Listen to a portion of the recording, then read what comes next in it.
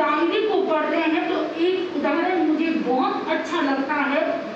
जैसे एक बार गुजरात में एक बहुत बड़ा, गुजरात की यूनिवर्सिटी में एक बहुत बड़ा शिविर लगा हुआ था और उसके निर्देशक के रूप में आचार्य श्री महाप्रज्ञ जी को युवाचार्य महाप्रज्ञ जी को नियुक्त किया गया। तो युवाचार्य महाप्रज्ञ जी उस यूनिवर्सिटी में विराज रहे थे और आचार्य श्री तुलसी अन्य कोई दूसरे सभा भवन में विराज रहे थे। एक दिन बहुत बड़ा कार्यक्रम था और उस दिन आचार्य श्री तुलसी भी उस गुजरात यूनिवर्सिटी में पधारने वाले थे। महाप्रज्ञ जी को जैसा ही पता चला कि आचार्य प्रवर पधार रहे हैं, आप तुरंत सामने पधारने लगे। तो उनके साथ जितने भी स्टूडेंट थे और जितने भी प्रोफेसर थे वो साथ में हो गए। आचार्य श्री तुलसी सामने पधार रहे हैं, महाप्रज्ञ जी सामने पधारे और तुरंत पधारते ही उनकी चरणों में झुक गए, उनके मस्तिष्क, उनके पैरों को मस्तिष्क लगाने लग गए। तो जैसे इस दृश्य को प्रोफेसर लोगों ने देखा तो उनको आश्चर्य हुआ कि एक महान दार्शनिक, महान चिंतक और जिसकी अपनी अलग प्रज्ञा है, वो इस प्रकार से अपने गुरु के चरणों में झुक रहे हैं। क्या बात है, क्या हुआ? गुरु है तो क्या हुआ, लेकिन आज वो भी इस शिविर के निर्देशक है, उनको झुकने की क्या आवश्यकता है। लेकिन 3 बार वंदना की, पूरे झुके और आचार्य श्री तुलसी ने भी अपने बाहों में उनको लगा लिया। जब इस दृश्य को देखा, देख करके एक प्रोफेसर आगे आए और आगे आकर के आचार्य श्री तुलसी को कहा कि धन्य है वो गुरु, धन्य है वो गुरु जिनको ऐसा शिष्य मिल जाता है और ऐसा शिष्य भी धन्य है जिनको ऐसा गुरु मिल जाता है। आज के युग में हम अपने विद्यार्थियों से ऐसी कल्पना तो करना दूर, लेकिन हम अपने चिंतन में भी नहीं ला सकते हैं कि हमारे विद्यार्थी हमारी प्रति कितना विनम्र हो सकते हैं। भाइयों और बहनों, कहने का तात्पर्य यही है कि विनम्रता या समर्पण जिस व्यक्ति के भीतर होता है, वह व्यक्ति सचमुच में आगे बढ़ जाता है। समर्पण और विनम्रता वह लकड़ी है, समर्पण और विनम्रता वह लकड़ी है जो कभी डूबती नहीं, जो कभी डूबती नहीं, और अहंकार वह पत्थर है जो कभी तैरता नहीं, अहंकार वह पत्थर है जो कभी तैरता नहीं। आचार्य श्री महाप्रज्ञ जी के भीतर वो समर्पण था, वो विनम्रता थी, और उसी विनम्रता के कारण आप जानते हैं कि जब आचार्य श्री तुलसी के पास आचार्य श्री महाप्रज्ञ जी आए, एक बालक के रूप में आए, उनके पास कुछ भी नहीं था, कुछ भी ज्ञान नहीं था, एकदम अज्ञ थे, एकदम अज्ञ थे। वो कुछ नहीं जानते थे कि जैन धर्म क्या है। जब उनकी जीवनी को पढ़ते हैं तब पता चलता है कि एक भक्तांबर के श्लोक को कंठस्थ करने के लिए लगभग 5 दिन लगे थे। कितने? 5 दिन लगे थे।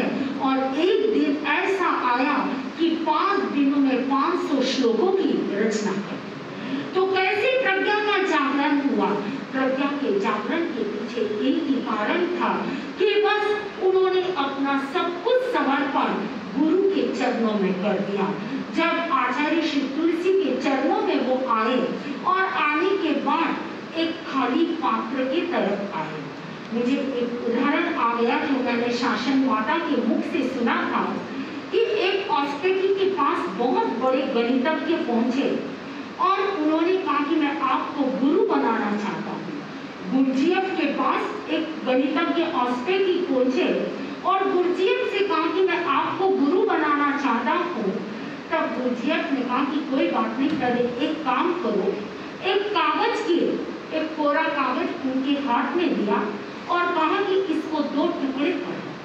2 टुकड़े करने के बाद कहा कि एक टुकड़े में वह लिखो जो तुमको आता है और एक टुकड़े में वह लिखो कि जो तुमको नहीं आता है।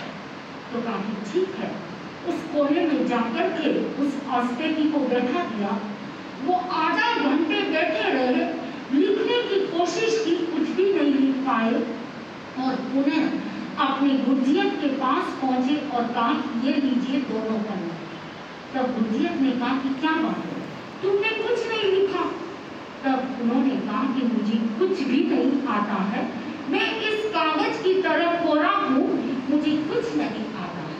और उसी समय उनका जीवन बताता है कि गुरजियत ने उनको स्वीकार कर लिया और शिष्य बना दिया। मुझे लगता है कि आचार्य श्री तुलसी के पास भी वो खाली पात्र बन करके आए और आचार्य श्री तुलसी उनमें ज्ञान की संपदा उंडेलते गए, जब तक अपने बराबर नहीं हुए तब तक वो ज्ञान की संपदा उनमें उंडेलते गए। और इसी कारण से आचार्य श्री तुलसी ने उनको एक बार पूछा था, क्या तुम मेरे जैसे बनोगे, क्या तुम मेरे जैसे बनोगे?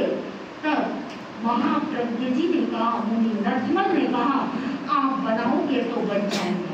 उसमें भी कोई आकांक्षा नहीं, कहीं उसमें अपनी पद की लिप्सा नहीं और कहीं उसमें अहंकार की भावना नहीं, बस वही समर्पण, वही विनम्रता कि यदि आप बनाओगे तो बन जाऊंगा। ऐसा आचार्य श्री तुलसी के दिल पर राज करना भी कोई सहज नहीं था, पर वो प्रज्ञ महाप्रज्ञ जी थे कि जिन्होंने अपनी विनम्रता के कारण अपने गुरु के दिल पर एक छाप छोड़ी थी। कहा जाता है कि दिल्ली पर राज करना आसान है, दिल्ली पर राज करना आसान है, पर किसी के दिल पर राज करना बड़ा मुश्किल है, पर किसी के दिल पर राज करना बड़ा मुश्किल है। और आचार्य श्री तुलसी तो आप लोग जानते हैं, जिनकी नजरों में, जिनकी अपने कदमों में एक अलग चाल थी, जिनकी दृष्टि एक अलग थी, और ऐसे व्यक्तित्व के दिल में अपनी छाप छोड़ना, दिल में समाहित हो जाना, दिल में अपना स्थान जमा लेना कोई सहज बात नहीं थी। लेकिन बस एक ही कारण था, उसके पीछे एक ही कारण था, वो था विनम्रता, वो था समर्पण, वो था निष्क्रिय वात्सल्य भाव की अपने गुरु के प्रति अपने चरणों को समर्पित कर दिया। तो ऐसे प्रज्ञ से महाप्रज्ञ को जो मेरे दीक्षा गुरु रहे हैं, जिन्होंने मुझे आज गर्व है कि जिनके हाथों से मेरी समूह दीक्षा और मुनि दीक्षा जिनके हाथों से हुई है, जिनके चरणों में, जिनके उपपाद में कुछ समय, कुछ क्षण और कुछ वर्षों तक रहने का मौका मिला, आगम संपादन के कार्य में कुछ थोड़ा बहुत चुंबकीय ज्ञान, कहते हैं ना कि एक बलई तिलरी जैसा वो छोटा सा सानिध्य क्यों नहीं मुझे प्राप्त हुआ, लेकिन वो सानिध्य मुझे प्राप्त हुआ और निकटता से आचार्य श्री महाप्रज्ञ जी को देखने का मौका मुझे मिला। उनकी सरलता, उनकी विनम्रता और उनका समर्पण भाव मेरे भीतर भी आए। 4 पंक्तियों के साथ अपनी वाणी को विराम देना चाहूंगी। सांस सांस सुमिरन कर जो मन अरिहंत हुआ है, सांस सांस सुमिरन कर जो मन अरिहंत हुआ है, मानवता की माथी का चंदन एक संत हुआ है। दिव्य ज्योति का जहाँ हमेशा ज्ञान यज्ञ होता है, दिव्य ज्योति का जहाँ हमेशा ज्ञान यज्ञ होता है, जो जीवन का अर्थ समझ ले, जो जीवन का अर्थ समझ ले, वही महाप्रज्ञ होता है, वही महाप्रज्ञ